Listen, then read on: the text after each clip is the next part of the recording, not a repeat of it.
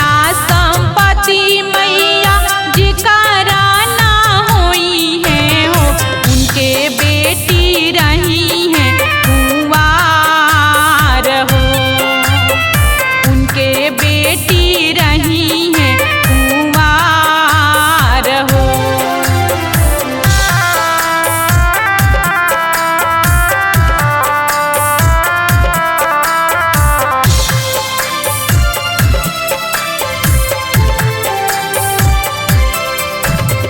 काहे बेटी झाँकेलु, काहे बेटी रोवेलु, काहे कैलु मनवा उदास हो, काहे कैलु मनवा उदास हो।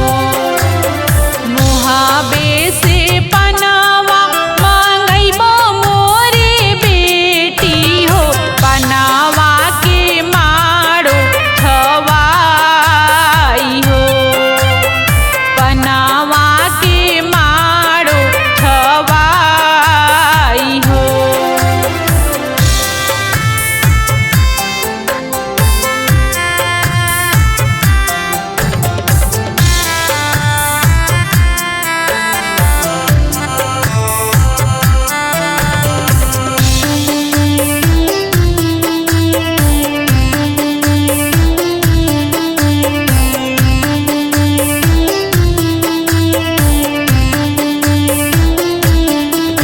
चिठिया पर चिट्ठी लिखी भेजेले जनक राजा, धरे दशरथ जी के हाथ हो, धरे दशरथ जी के हाथ हो।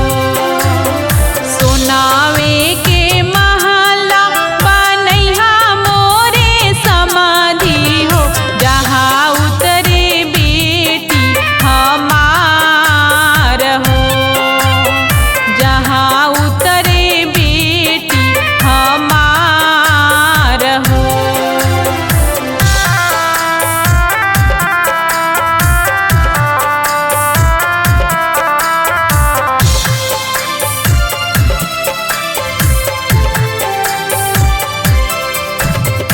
इतना बचन जब सुनेले दुल्हा राम, भाई बपैया लगे जाई हो, भाई बपैया लगे जाई हो।